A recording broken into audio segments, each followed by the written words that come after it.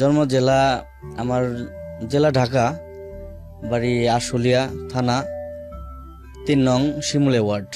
ওখানে আপনি আছেন এখন? হ্যাঁ, আমার স্থানীয় বাড়ি ওখানে, আমি থাকি বাড়িতে। আচ্ছা, ঠিক আছে। বিস্তারিত ঠিকানা তো আপনার প্রয়োজন হলে আমরা আরো জানবো পরে। আমি গল্পটাই শুরু করতে চাই। জি বলুন, কেন আসলেন, কিভাবে আসলেন, একেবারে ছোটবেলা থেকে শুরু করি। তো ছোটবেলায় থেকে আমরা নিম্ন মধ্যবিত্ত পরিবারের ছেলে। বাবা কি করতো আপনার? আমার বাবা টেলার্সের কাজ করতো, টেলার্সের দোকান ছিল। তো ওইভাবেই সাধারণত 8-10টা বাচ্চা কাচ্চার মতো আমরা বড় হয়েছি। কয় ভাই বোন? আমরা 3 ভাই। আপনি বড়? আমি বড়। সবার বড়? হ্যাঁ, সবার বড়। আমার বোন নাই। তো এরকম ছোটবেলা থেকে স্কুলে যাইতাম, পোলাপানের মতো ফাইজলামি করতাম। তো ক্লাস 8 পর্যন্ত লেখাপড়া করছি। তো লেখাপড়ার চেয়ে ফাইজলামিটাই বেশি হয়েছে, এই কারণে তেমন বেশি আর খালি আব্বুর হাতে পিটানি এরকম কিছু। তো আর আমি নানুর বাড়িতে থাকতাম বেশি আর কি। আমার বাড়ি আর নানুর বাড়ি কাছাকাছি আর কি, একটা চকের এরকম কিছু। তো আব্বু ওটা মানতো না, ধরে নিয়ে আনতো, আনার আর পিটাইতো ইচ্ছা ধরে। পরে এরকম করতে করতে যাই হোক লেখাপড়া করি নাই, বন্ধু বান্ধবের সাথে। তখন বন্ধু বান্ধব বুঝতাম না, যার লোকে ভালো লাগতো তার সাথেই থাকতাম। তো ওরা যা যা করতো ওইভাবে করতাম। ওই দেখা গেছে বই থুয়ে একজনের সাথে আমাকে বাজার এই হলগুলা ছবি দেখতাম, পাশে আমাকে দোকান, ও জায়গায় যাইতাম না। ছবি টবি এইসব কোনো নেশা মেশা ছিল না। তো যে খুঁটিনাটি কাজ করার শখ, এই সাইকেল ভাড়া নিয়ে এক জায়গায় গেছি। তো সাইকেল আইনাকে দিতামও না, আবার আইতো একদিন না ভাড়া দিমু, সমস্যা কি, কিন্তু তারা মনে করতে হারিয়ে গেছে। এরকম একটা অবস্থাতে তো ফাইজলাম করে আব্বা কইলো না ওর লেখাপড়া হইব না। আর আব্বা আমার পাইতেও না, কারণ আমি তার দেখে এখনো ভয় পাই। কারণ আব্বা বারান্দায় থাকলে আমি ঘর থেকে বাইরে না, তার সাথে কথা বলি না। আর আমার জন্য যত ঝামেলা হয়েছে আমার মা।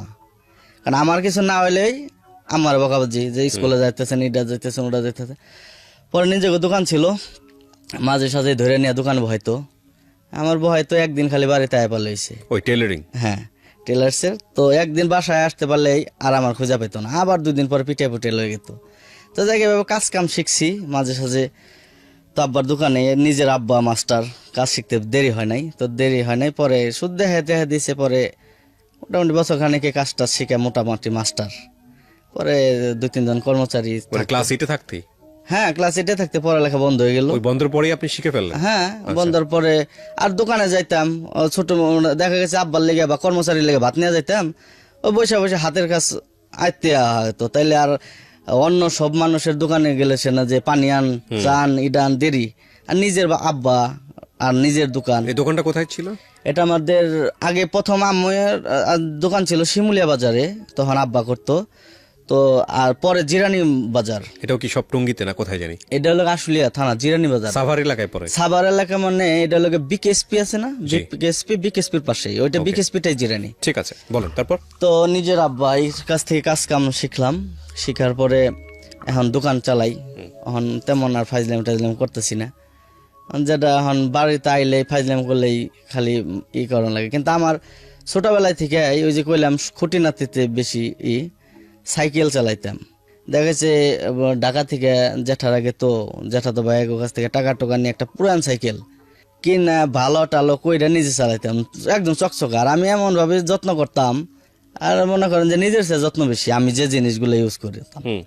তো পরে এইভাবে করার ফলে পরে সাইকেল টাইকেলের গেল, একটু বড় হইলাম, মোটর সাইকেল কিনুম। আর মোটর সাইকেল তো বাড়িতে থেকে কিনা দেবো না। আর বন্ধু বান্ধব মোটর সাইকেল থাকলেই মনে করেন ওই মোটর সাইকেলটাই যদি দেখতাম আব্বাই নাই বা আব্বার এমন কি হয়েছে, মোটর সাইকেল 1 লিটার তেল ভরে দিব, তুই আমার খালি একটু চালাইবার দে, বা মার সামনে যাবো, মায়ের দেখামো, বা আব্বারই দেখামো। আব্বার সামনে তো সাহসী নাই। তারপর এমন কি মাই দেখতো না, আব্বাই বেশি দেখতো, যে যার দেখে ভয়টা বেশি।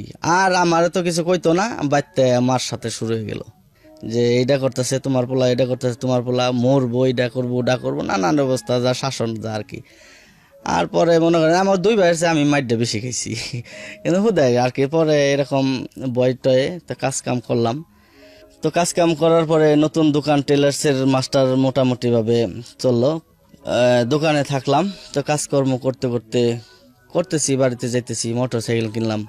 তো মোটর সাইকেল কিনলেন কিভাবে? নিজের পয়সা দিয়ে নাকি বাপের পয়সা দিয়ে? আব্বার কাছ থেকে টাকা নিয়ে, আব্বার এক বন্ধু ওর কাছ থেকে নিয়ে। আর এক দোকান পয়সা থাকে, পরে হেরাও ফাইজলাম করে যে ধরো একটু চালিয়ে হও আমি আর আব্বার সামনে ওগুলো করি না আর আমার আরো আব্বার সামনে কথা বলি না দেখে আমার আরো খোঁচায় যে আর কি বুঝাইতেছে পরে যাই হোক একজন আব্বার এক বন্ধু আছে তার একটা সুজুকি আগের মডেলের মোটরসাইকেল ছিল ওইটা কিনলাম 25,000 টাকা দিয়ে 2বারে টাকা দেওয়া তো এটা দিয়ে দোকানে যাই আহি আর দোকানে যাই আহি না হেড নেও বিচার মোটরসাইকেল নতুন মোটরসাইকেল চালাইতেছি বাড়িতে থেকে আসতে হলে আর মেক্সি আর কি আব্বারে চিনে সবাই চিনে গাড়ির সামনে দিয়ে ওভারটেক করলেই যে কেউ একজন বলে দিত ওই যে গেল আর হ্যাঁ বাড়িতে যায় মোটরসাইকেল এমনি চালাইছে রাস্তায় ওইটা বেশ অ্যাক্সিডেন্ট করলে 1 টাকাও দিব না ওইটা বেচে তোর পোলার অ্যাক্সিডেন্ট এই চিকিৎসা করামো আমার কাছে টাকা পাবি না আর মার আর আব্বার ঝগড়া শুধু আমার লেগে আর কোনো কারণ নেই তো এইভাবেই বড় হইলাম তো দোকানে কাজও শিখতেছি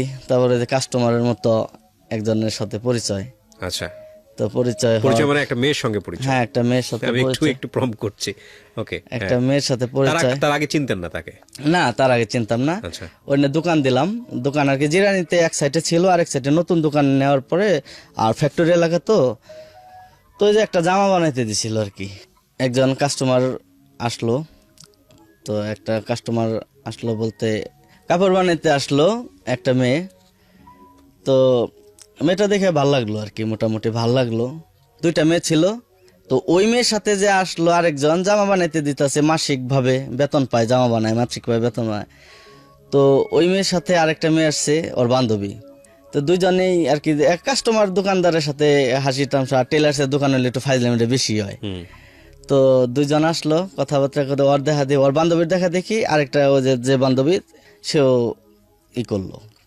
জামা বানাইতে দিল তো জামা বানাইতে দিলাম তার ভালো লাগলো সবসময় মোড়ো টোড়ো দেওয়া থাকতো আর কি সবার চেয়ে একটু আলাদা ডিফারেন্স গার্মেন্টসের মানুষ দেখা গেছে কত আছে উন্না নাই ইডা নাই উডা নাই ওরকম না সুন্দর ভদ্র আর কি চেহারা ফেস কাটিং দেখে ভালো লাগলো ভালো লাগার পরে আমি আর বলতে পারতাছি না আর বলিও না কিন্তু মানে রেগুলার আপনার ওখান থেকে কাপড় বানাতো হ্যাঁ কাপড় বানাতো আবার তার ভাবিও বানাইলো ওর সাথে পরিচয় হওয়ার পরে আরেকজন ওরাও কাস্টমার নিয়ে নাম জানতেন তখন পর্যন্ত নাম জানেন হ্যাঁ নাম জানি কি নাম মনি আচ্ছা হ্যাঁ কারণ লগে নাম তো আমার প্যাডে লেখা লাগে ও কার আমার মেমোতে লেখা লাগে না যে এই নামের এই আরেকজন তার নাম হলো আরজিনা আচ্ছা আরেকজন যে আপনার ভালো লাগছে কাকে মনিকে হ্যাঁ মনিকে আচ্ছা আর আরজিনার আর কি কিছুদিন যাতায়াতে দেখলাম আরজিনার আবার আমারে ভালো লাগতেছে এখন আমি জিনিসটা বুঝতে পারলাম কিন্তু তার আমার ভালো লাগে না এখন আমি একটা ফাইজলামি করলাম ওই আরজিনা আমার বলার আগে আমি আরজিনার কাছে বললাম যে তোমার বান্ধবী আমার ভালো লাগে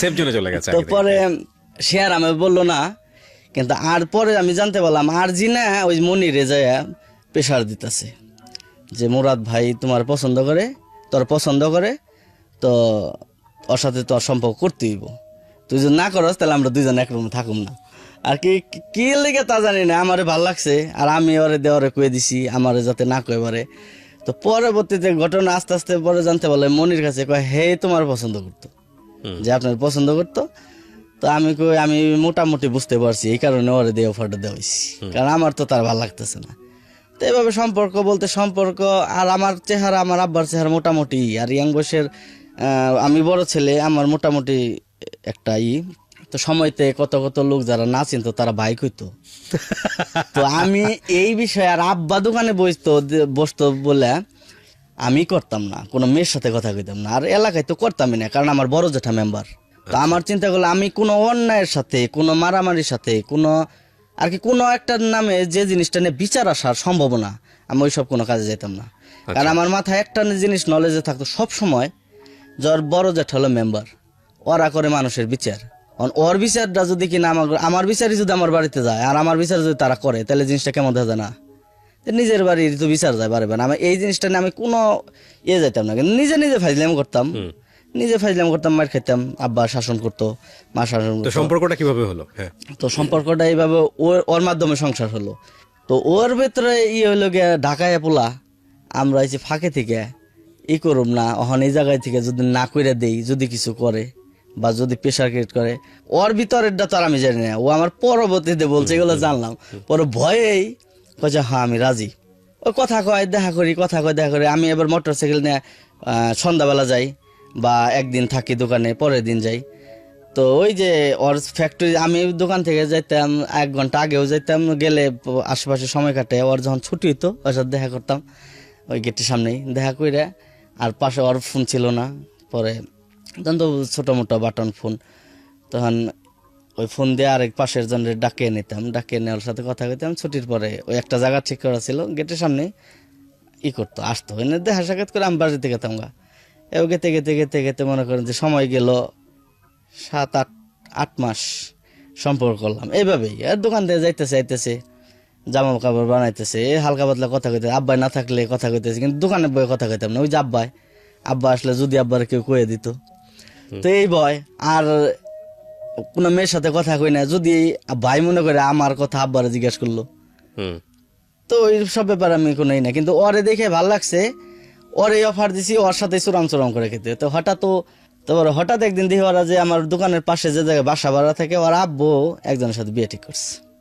তো নতুন বাইক চালাইছি, হয়তো শখের জাম্পার সমস্যা ছিল, শরীর টলিল ব্যথা, আমি 2 দিন জ্বর বাড়িতে। তো ওই বাসায় ওর বান্ধবী আমার ফোন দিছে, কয় ভাই আজকে তো মনির বিয়ে। হঠাৎ কোনো কিছু জানলাম না, ওর আব্বাই মনে হয় পাত্র দেখছে বিয়ে, আমি সত্য না মিথ্যা জানি না। আমি ওই অবস্থায় জ্বর টল নিয়ে আসলাম জিরানি। ওর যে বাসাটা যাবো ওটা আমার দোকানের সামনে, আব্বাই আমি দোকানে আইতাছি না, আব্বা ভিলেন হয়ে যাচ্ছে।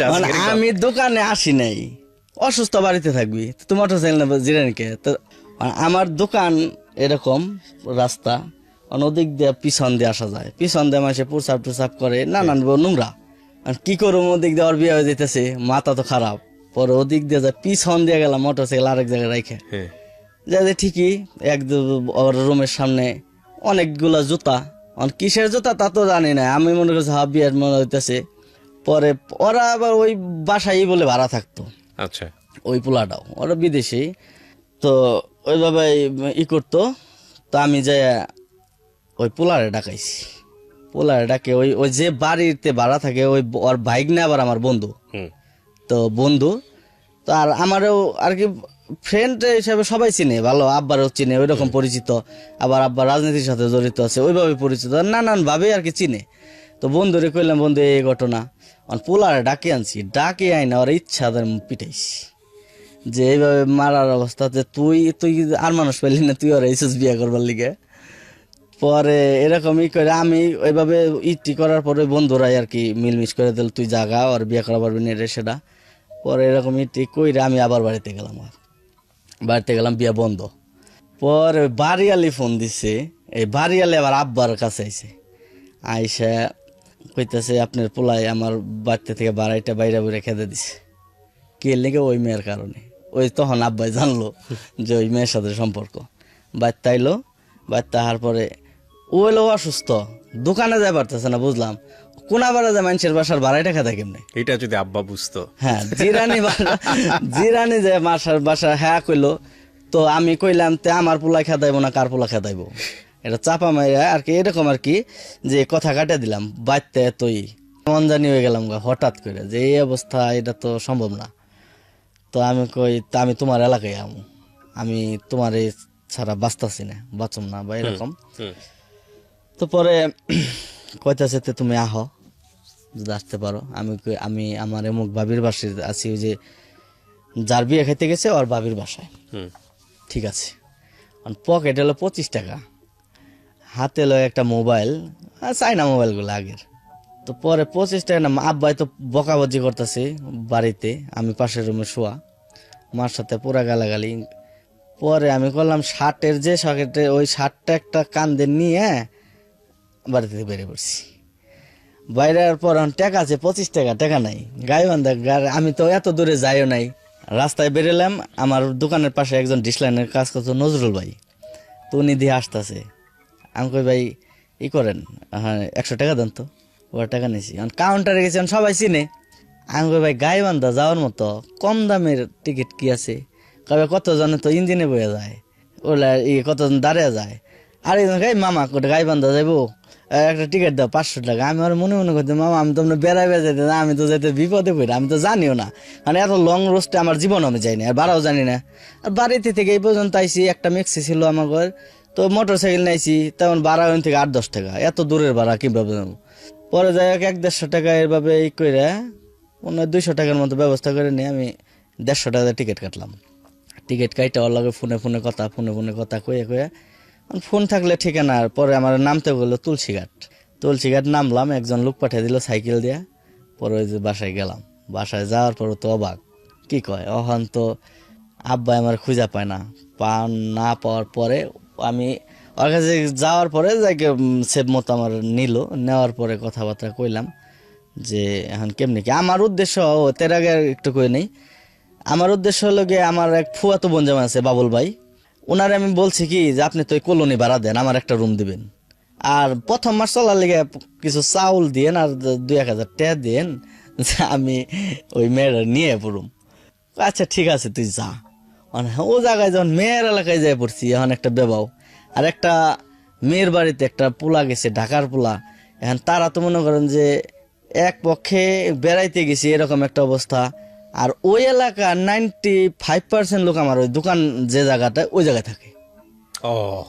এখন দোকানের লোক সব চিনে, ভাই আপনি ওই জায়গায় আর কি। পরের দিন এটা তো পরে ওই গেলাম, আমি কই না এই জায়গায় থেকে তো যাইয়া পারব না। হন আবার কিছু এলাকার পুংডা পোলাপান আছে, যার পর যে বাবির বাসায় গেলাম, ওর বাসায় থেকে আরেক এই যে মনি খালার বাড়িতে গেলাম, কই ডাকে এটা ঢাকার পোলা। তো ওর খালার এই সবকিছু খুইলে কইতে গেলাম যে বলো যে আমাদের বিয়ে এখনো হয় নাই, মানে বিয়ে ছাড়া একরকম সাহস, বিয়ে হইলে একরকম সাহস। আমার ভিতরে প্রেম করছি, ভালোবাসছি, ব্যাস এই পর্যন্ত। পরবর্তীতে এই জিনিসটা কোথায় যে দাঁড়াইবো, কিভাবে হইব, ইমোশনাল জিনিসটা ওরকম বুঝিও নাই, আর কোনো খারাপ কোনো চিন্তা ভাবনা তাও আহে নাই। সেফ মতো প্রেম তো প্রেম পবিত্র জিনিস, ওর মধ্যে খারাপ জিনিস আইব কি লিগে? পবিত্র তো পবিত্র, প্রেম করছি এইটাই সত্য। আর তার মধ্যে আমার বাড়িতে যে রেখেছে, আমার আব্বার সামনে আমি কথা কই না, কিন্তু আমার মায়ের জানাই। হ্যাঁ, কোন একটা মেয়ের সাথে কথা বললো আমার আম্মা ওটা জানে। এমনকি ওর সাথে আমি ফোনে কথা কইছি, আমার ওর রুমে নিয়ে দেখাইও দিছি। তোর খালারে কইলাম, ওর খালাই করলো যে ঠিক আছে এত চিন্তা ভাবনা করো। ওর খালা এবার মনে গো বাড়িতে নিয়ে এলাম একটা ভ্যানে, এত দূর ভ্যানে গেলাম, এইভাবে দুই পাশে বসে ভ্যান, ওই না বসতে পারে না, মনে পড়া যায়। তো পরে এইভাবে আসলাম, অনেক দূর 4-5 কিলো রাস্তা এলাম। পরে ওর খালা ও বাড়িতে নিয়ে এসে ওর চাচির বাসায় বসাইলো। চাচির বাসায় বসে ওর আব্বারে কইলো, ওর আব্বা তো ঢাকা, ও বাড়িতে কেউ নাই, ওর চাচারা। এদিক দিয়ে আমার আব্বা ফোন দিছে, জানছে ওর আব্বারে ডাকে আনছে, ওর আম্মারে ডাকে আনছে। আমার শাশুড়িটা মাটির মানুষ আর কি, তো হান বলো তো অনেক ভালো। তাগো দুজনের হ্যাঁ মনির মা, হ্যাঁ মনে করেন যে পাগল একদম, আমার ছাড়া বুঝেই না কিছু, এরকম পাগল। আচ্ছা। তো পরে তাগো ডাকে আনছে আব্বাই, ওই যে আমার যে আব্বার বন্ধুর তার জ্যাঠাশের মেয়ের দিয়ে কথা চলছিল একটু বিয়ের, তার বাড়িতে। ওই জায়গা থেকে মনির ফোন দিছে, তোমার কাছে কি মুরাদ গেছে? ওরে তো এদিক দিয়ে পাইতেছি না, যদি কিনা তোমার কাছে যায়, তুমি যদি লাই দাও, আমি পাশের দাঁড়িয়ে শুনতেছি, তোমার কাছে যদি প্রশ্রয় পায় তাহলে তোমার মা বাপরে কাইটা পান দিয়ে বাসে দেব। আপনার বাবা বলতেছে? হ্যাঁ, আব্বা বলতেছে। আরে ও কইতেছে যে বাবা মা তো বুড়া হয়ে গেছে, বাঁচবই কয়দিন, যার সাথে সারা জীবন থাকুম, হ্যাঁ যদি ভালো থাকে। এই লোক আব্বাই রাগ রিপ্লাই দিছে এরকম। হ্যাঁ, যে আব্বা তো আমি ওই জায়গায় পাশে দাঁড়ানো, অপমান হওয়ার সুযোগ থাকে। তো এরকম একটা অবস্থা। তো আব্বা আমার ছেড়ে দিল, কনফার্ম হলো আমি ওই জায়গায় গেছি। আমার ফোন টোন টোটাল বন্ধ। রাত্রেবেলা ওর চাচা আমার কইতেছে, বাজার যান, আপনি ঢাকায় থেকে আইসেন, আমরা বলুমনি যে বেড়াইতে আইসে, আপনি যদি বিয়ে না করেন তাও এখন যাইতে পারেন গা, ভাই বোনের সম্পর্ক। আবার দেখি কিছু এলাকার পোলাপান গুনগুন করতেছে, আয় করতেছে ভাই আপনি কি করেন? আমি ভাই আমি এক দোকান কর্মচারী, দোকান থেকে পরিচয়, ভাবে আমার দোকান টোকান উঠম দেন না। ওর মনির আবার ছোট হয় চাস্তো ভাই, ও দোকানের মালিক। আমি মনে মনে করতেছি, তুই যে প্রশ্নগুলো আমার করতেছস, তুই তো আমার এলাকায় গেলে আমার চেহারা দেখলে তুই আমার সামনে হবি না। তো যাই তোর এলাকায় আইসি, যা খুশি ওরা আর কি একটা দান্দা করতেছে যে ঢাকায় থেকে পোলাইছে। তো লাস্ট পর্যন্ত এইভাবে আবার 2-1 ওই যে কইলাম আমার এলাকায় থাকে, তারা ভাই আপনি জায়গায় এটা সেটা বেড়াইতে আইসি। তো ফোন টোন বন্ধ, রাত্রে হয়ে গেছে। আর বিয়ে করাইবো, আর আমার কাছে টাকা নাই। আমার একটা ফোন আসছিল, ফোনটা কইছি দিয়ে বিক্রি করে দাও, তো বিক্রি করলো না। না তোমার ফোন তোমার কাছে থাক। ওরাই ম্যানেজ ট্যানেজ কইরা উকিলের কাছে যাইতেছি, কোর্ট ম্যারেজ করম, উকিলের কাছে যাইতেছি ক্ষুদ্র কোমরপুর। তো ভ্যানে করে নিয়ে যাইতেছে। আর আমার যে উকিল হয়েছে, হ্যাঁ আমার মনির এক পক্ষে মামাকে লাগে, এক পক্ষে দুলাভাই লাগে। পরে আমরা বৈশা বৈশা যাইতেছি, এক ভ্যান চালাইতেছে একজন। তখন বিয়ে করতেছি, বিয়ে কি জিনিস আমি কিছুই বুঝতেছি না। বিয়ে করুম, ভ্যান চলতেছে না জোরে, হ্যাঁ ভ্যান চালায় না কিলে, ভ্যান আলা কি মনে হয় মামা কয় কি ভ্যান যে চালাইতেছে হ্যাঁ তোমার বড় সম্বন্ধী। হেই কি কয়, আমি তো জানি না কিছু। তো মনির বড় ভাই, হ্যাঁ খুব ভালো আর কি। আমার শ্বশুর বাড়িটা মনে করেন যে অন্যরকম, একদম খুব ভালো পরিবার। ওকে, তো পরে আমি তখন জানলাম যে হ্যাঁ আমার বড় সম্বন্ধী। তো গেলাম আস্তে আস্তে উকিলের বাড়িতে, টুপি মুপি মাপতায় দিলাম, একটা বইলাম পশ্চিমমুখী এই কইরা। বিয়েটা যখন সাইন করলাম তখন কেমন যেন মাথার একটা ঝিম মারলো যে বিয়ে একটা বাধা পড়ে গেলাম। এই যে বিয়ে করলাম, মিষ্টি মুখ করুম, তখন তো মনে করেন টাকার কোনো সাবজেক্ট নেই, টাকাই নাই। এই যে এই আনার করলি বিস্কিটগুলো আছে না, 12 টাকা প্যাকেট বিস্কিট এনে মিষ্টি মুখ করলাম সবাই। তো উকিল টুকিল কোর্ট ম্যারেজ কইরা টইরা আমি এখানে আসলাম। একটু ইন্টারাপ্ট করি। হ্যাঁ। গল্পটা আপনারা শুনে যাচ্ছেন আমি জানি। সাধারণত কোনো মেসেজ না থাকলে আমি কখনোই কোনো স্টোরি আপনাদের সামনে আনি না। আজকের এই স্টোরিটা এতটা চমৎকার একটা গল্প, আপনারা শেষ পর্যন্ত শুনবেন। ওনার বলার জায়গাটা খুবই ন্যাচারাল, একেবারেই ওনার মতো। আপনারা শুনবেন কারণ শেষ পর্যন্ত অসাধারণ একটা মেসেজ আছে আজকের এই গল্পে। জি বলেন তারপর। তো পরে বিয়ে টিয়ে হলো। তো আমাদের শ্বশুর বাড়িতে আসলাম, আসার পরে এক রুমে আস্তে আস্তে রাইতে গেতে ওদিন শুয়ে পড়লাম। মানে শ্বশুরবাড়ির লোকজন আপনার প্রতি খুশি ছিল যে না জামাই হিসেবে তারা আপনাকে অ্যাকসেপ্ট করে? হ্যাঁ অ্যাকসেপ্ট করছে। আর ঢাকা থেকে গেছি, আর ঢাকার মানুষ তারা পাইলে অন্যরকম। পরে ওনাদের বাড়ি কোথায়? গাইবান্ধা। গাইবান্ধাতে? হ্যাঁ, হ্যাঁ। আচ্ছা, ঢাকা থেকে অনেক দূর তো। হ্যাঁ হ্যাঁ, গাইবান্ধা থেকে, গাইবান্ধার ডোলবাঙ্গাতে 350-400 কিলো, এরকম 350 কিলো এরকম। তো বিয়ে হয়ে গেলে এখন তো আর কিছু করার নেই, এখন ফোন বন্ধ। আমার আব্বা আমার এত শাসন করে, আবার সবচেয়ে বেশি আদরও করে। এটা হয়, হ্যাঁ। তো আদর করে, আমি তো ইন টোটাল বন্ধ, ফোন টোন বন্ধ, কোনো যোগাযোগ নাই। হঠাৎ করে একদিন ফোন দিছে, আমার নানু ফোন দিছে যে কই আছো, আর কান্দাকাটি লেগেছে, বাড়ির বড় আর নাতি নাত করবো মধ্যে আমি বড়। তো আদরের, সবার আদরের, আমি জেঠা জেঠা যত যাই আছে আমার ফ্যামিলির মধ্যে আদরের। তো এরকম করতে করতে হইলো, ফোন খুললাম, কে জানি নানু না নানা ভাই কেউ একজন ফোন দিছে। ফোন দিয়ে কথা কইতেছে, ফোন খোলা পাইছে আম্মার কানে গেছে আর কি, আমার মার কালে। পাগল হয়ে ছুটে গেছে, কি ব্যাপার তোর আব্বা তো 2 দিন ধরে হাট ফেলে গেছে। আল্লাহ কি কয়, আব্বা হাট ফেলে কি লেগে? হ্যাঁ আমার খালি মারে আর এই করে, কয় না আমি আব্বা আমার বকা দিলে বা আমার মারলে পরে আলাদা যায় কান্দে, এরকম আর কি। কিন্তু ওর দিক থেকে আর কি বাবারা কিন্তু এরকমই, বুঝাইতে যায় না যে কতটা, এই যে এখন বাবা হইছি এখন বুঝি জিনিসটা। তো এরকম, তো আমি কই না। পরে আমার আম্মা কইলো কি, তো বিয়ে যখন করে ফেলাইছ তুমি করো, বউ বাসায় রেখে আসার পরে তোমার বড় আম্মা যে মেম্বারের বউ, যে তোমার বড় জেঠি আর আমি যাই, হ্যাঁ দেখার কথা কয়ে যে দেখবার গেছিলাম, পছন্দ ছিল লয়ে পড়ছি, এইভাবে নিয়ে মনে তুমি তোমার মতো বাচ্চা বড় আমি পাগল হয়েছি। আমি বলেও রাখতাম না, নিলে 2 জন বিয়ে জন করছি একসাথে, তারপর তুমি না নিলে যে ওরা ফাঁকির, তুমি এলাকা থেকে ধমক গেলাগা।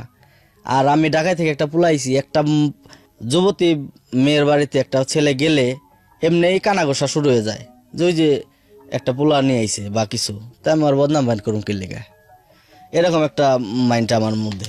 তা আমি কই না, আমি যদি কিনা বাড়িতে আহি তাহলে আমরা 2 জন একসাথে হম, আর নাইলে আমি বাড়িতে আইতাম না। তো এরকমই করতে পারছি না। পরে এইভাবে একদিন গেল, একদিন যাওয়ার পরে পরের দিন আমার আব্বার সাথে একজন থাকতো, আর ওই মনের আব্বা 2 জনের ভোরবেলা পাঠিয়ে দিছে। এই দিক দিয়ে তো জানে বিয়ে করে ফেলাইছি। তো বিয়ে করার পরে আব্বাই মনে হয় 5-7 হাজার টাকা দিয়ে দিছিল যে 2 জনের নিয়ে হও। মেয়ের বাপ তো আমার যায় হাতে পায়ে ধরে অস্থির, মনের আব্বা, যে এই সমস্যা এটা সেটা। আর হ্যাঁ ও জানতো যে তার ওর সাথে আমি সম্পর্ক করি। তা আমাকে এটার পেঁচটা তো আপনি বাজাইছেন, তা আপনি জানেন আমি ওর সাথে সম্পর্ক করি, কম বেশি জানেন, আপনি ওরে বিয়ে দিবেন কি লিগে? আমি কি করছি? তোমরা জানো না, তোমরা এই জায়গার মানুষ, আমরা ওই জায়গার মানুষ, মানবো না বা আমার উপরে প্রেশার কি টুকবো। তার মানে হ্যাঁ আর কি এই ই সেম সেম আর কি, যেভাবে যাইতেছে যাই, যতদিন জামগা তখন জামগা পড়ে থাক পোলা, এরকম চিন্তা ভাবনা ওরও এরকমই ছিল যে না এলাকার পোলাপান যদি আমার চাকরি বাকরি না করবার দেয় বা এই করবার দেয়, রাজি হয়েছি, কথা কইতেছি, কথা কই, যখন জামগা তখন এইরকম একটা পরিস্থিতি ছিল। তো শুরু জামাই দেখতে হবে, গাইবান্ধা থেকে হ্যাঁ এলাকার লোক। হ্যাঁ এলাকার থেকে। আমি এক রুমে চুপচাপ বসে রয়েছি, আর একজনে এক এক কথা, জামাই তো ভালোই, জামাই তো সুন্দরী, এল্লায় বল দ কথা কয় না এটা সেটা। আমি মনে মনে কইতাছি আমি টেলার্সের দোকান করি, আমি কথা কই আর যদি না পারি তো কেন কথা কই পারবো, নতুন জামাই জামাইয়ের মতো রয়েছি। এখন পরবর্তীতে যদি কিনা পরিচয় হয় তখন দেখা মনে যে জামাই কারে কয় আর ডাকায় পোলা কারে কয়। তো যাক এইভাবে ইটি করার পরে ভোরবেলা একদিন শুয়ে রয়েছি, দেখি ওই শিকদার কাকার মনির আব্বা যায় হাজির। আচ্ছা, ভোরবেলা, কারণ এমনি রাত 10টায় গাড়িতে উঠলো, ওদিক দিয়ে 4টা 4:30 নামে। তো নামে পরে আমি কইলাম তে কিভাবে কি কয়, এভাবে কাকা তুমি কি কাম করলা এটা? তা আমি যে কাজ করলাম এই কাজের মধ্যে আপনিও জড়িত আছেন। কয় কে? আমি কই ওই আমার টেলার্সের দোকানে আবার ওই শিকদার কাকা ইন্ডিয়ান থেকে কিছু ওই যে শাড়ি 3 পিস গুলা আমার এনে দিত, আমি দোকানে বেচতাম। তা আহার আগে ওর লেগে একটা খয়েরি শাড়ি নিয়ে গেছি আমি ওই শিকদার কাকার কাছে। আমি কই যে আপনি বিয়ার শাড়ি দিচ্ছেন, এই কথা যদি আব্বারে কয় বাবা একবারে আব্বা মাপ চাই, এই কথা কইলে আমারে তোমার আব্বা একবারে পিঠা একবারে লাশ বানালো। আমাকে তাহলে চুপ থাকেন, তাহলে কেমনে কি? আমি কই বিয়ে করছি মিষ্টি খাওয়াই নাই। কয় লও বাজার লও, টাকা দিয়ে দিছে তোমার আব্বাই, মিষ্টি মিষ্টি খাওয়াও। ছোট ছোট মিষ্টি, ওই জায়গায় যে 5-6 কেজি মিষ্টি আনলাম। পরে আমি কইছি প্রথম দিন যে শরম পাইছি, বিস্কিট খাই বিয়ে করলাম। তো বিস্কিট আমি মিষ্টি আই না পুরা পাড়া মিষ্টি বিলাইছি। তখন জানলো সবাই যে মনির বিয়ে হয়েছে, ঢাকা থেকে বলাইছে। তো যাই হোক, আমার শ্বশুর বাড়ির চাচা শ্বশুর, মামা শ্বশুর, আমার একজন জ্যাঠাইস আর কি, আমার মনির বড় বোন আর কি, অমানলাইন আর কি, সবচেয়ে সবাই খুব ভালোবাসে আমারে, খুব আদর করে, ছোট ভাই হিসাবে যার ছোট জারি। আর আমি খুব মিষ্টি মুষ্টি খাওয়া পরের দিন বাড়িতে আনো।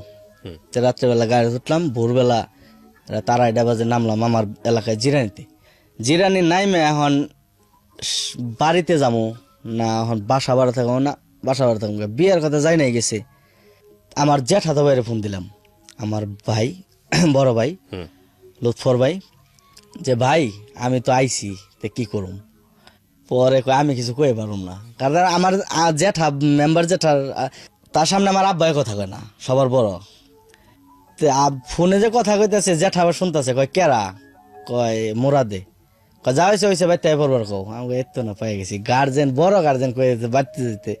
তো বাড়িতে যে আমার বাড়ি আর আমার মাঝে একটু আর কি একটা মানুষ যাওয়ার মতো খুলি, এই বাড়ি কিন্তু পুরা এরিয়াটা আমাকে আর কি 2টা বাড়ি, বড় জ্যাঠা আর আমার আব্বা, সবার ছোট এরা থাকে, আর 2জন ঢাকা থাকে। যখন কিনা জ্যাঠা কইলো পরে কয় বাড়িতে পর।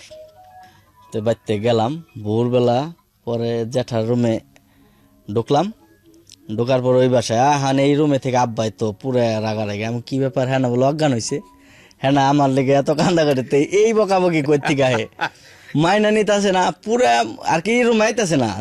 জ্যাঠা রুম বিদায় এই কারণে আসতেছে না, আমার রুমে থেকে বকাবকি করতেছে, আমি শুনতেছি। তুই অবস্থাকে মায় আইলো, কি সাহস তোর, এই কাজটা করে ফেলাইলি আর কি? না না না, আর কতজন আইতেছে, এই মুরাদে বউ নিয়ে আইছে। তো এরকম ভাবে রইলাম। তো জ্যাঠাই পরের দিন রইলাম, এখন তো পুরো একটা লজ্জায় পড়ে গেলাম। বিয়ে বুঝতাম না তার আমার লজ্জা, বিয়ে করে লাইলাম, একটা ভাবির আছে, আমার জ্যাঠা তো আরেক ভাইয়ের আছে, এখন বিয়ে করে লাইলাম। এখন তো বিয়ে করার পরে কেমন ছোট ছোট লাগে, এই বয়সে বিয়ে করে লাইলাম। তো পরে জ্যাঠাই আম্মারে দে চাবি আনাইল, যাও।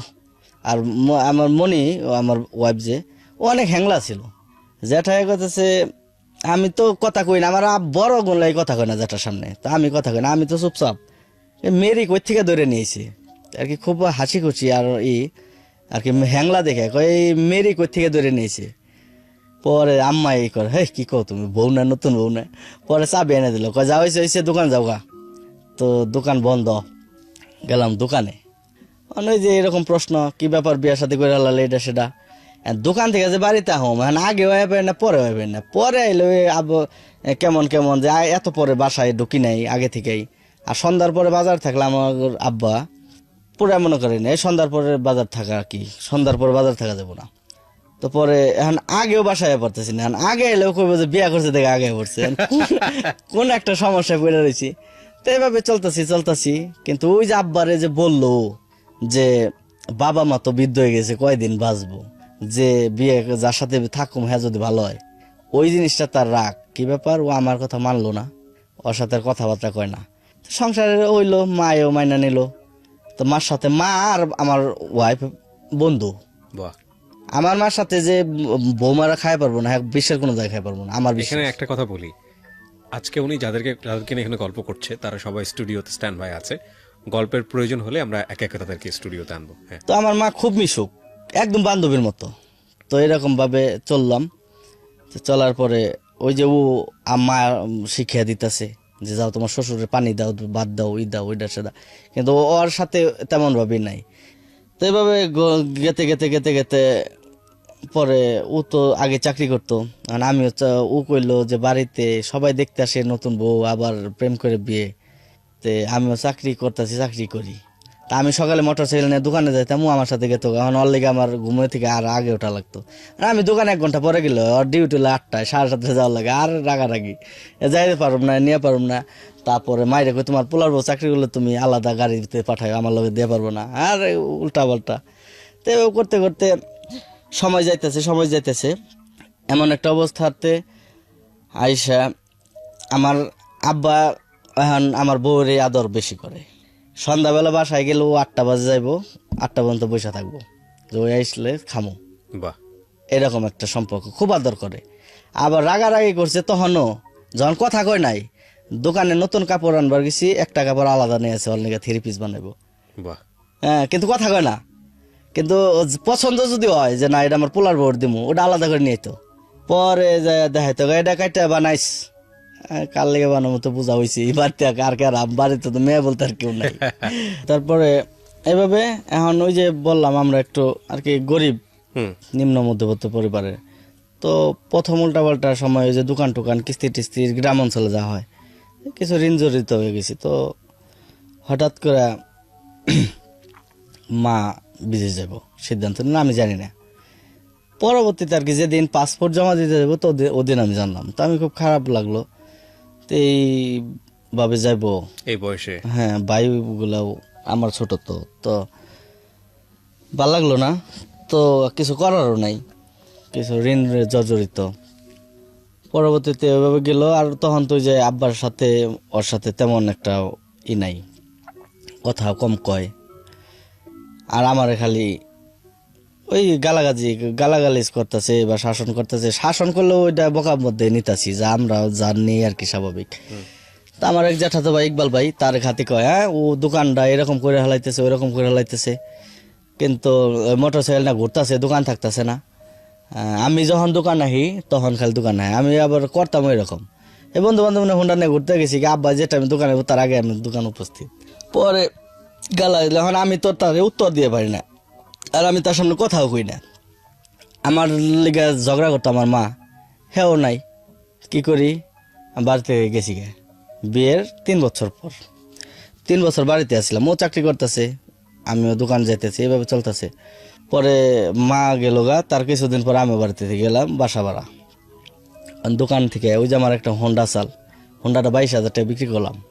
একটা চকি, তারপরে যা যা সংসারে টুকে টুকে হাড়ি পাতিল কিনলাম এই হোন্ডা বিক্রি করে। হ্যাঁ, বাড়িতে থেকে টাকা নেই, কয়টা গেঞ্জি টেঞ্জি নিয়ে গেছিলাম। তো ও চাকরি করতেছে। তো লাস্টে ওই যে প্রথম সুন্দর করে একটা সাজাইলাম পকেট রুম নিয়ে। সাজানোর পরে ও চাকরি করতেছে, আমিও প্রাইভেট চালানো শিখেছিল আমার গাড়ি। হ্যাঁ, আমাদের একটা মেক্সিয়া ছিল, তো ওই মেক্সিটা করতাম। দোকান থেকে যাওয়ার পরে ড্রাইভারের সিগারেট বিড়ি দিয়ে আর পাশে বসে রাখতাম, খালি গাড়ি আমি চালাইতাম। এবার ট্রেডিং হয়ে গেছে। পরবর্তীতে একটা গাড়ি চালাইলাম, 6,000 টাকা বেতন। ও মনে হয় 7,000 7,500 টাকা পায়। তো একটা খাইতাম আর একটা দেওয়া যে টুকিটাকি জিনিস টিনিস এরকম আর কি করার চিন্তা ভাবনা। সংসার জীবন চলতেছে এইভাবে।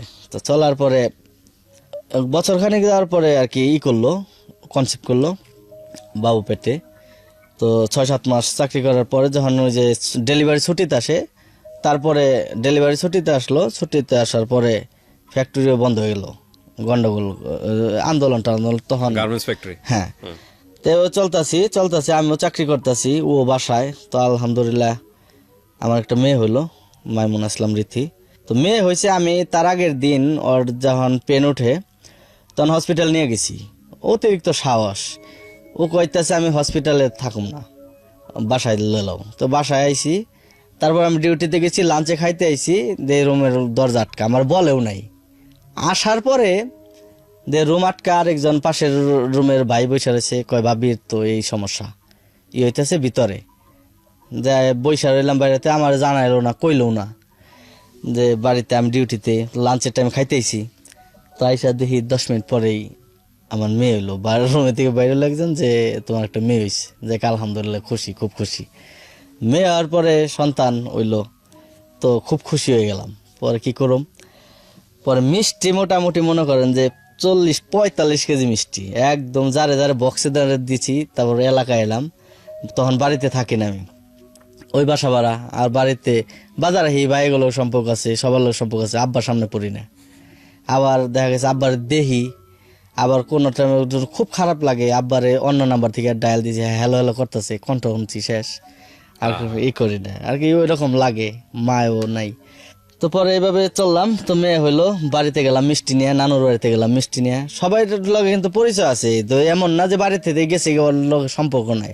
আমাকে যে ফ্যামিলিটা খুব বন্ডিং, সবার সাথে সবার এত মিলমিশ। আর আমার বাড়িতে একজন মানুষ গেলে বলতে পারবো না কার রুম কোনটা, সবাই এরকম। বাহ, খুব ভালো। তো এরকম খুব ভালো, সবাই সবার বন্ডিংটা খুব ভালো।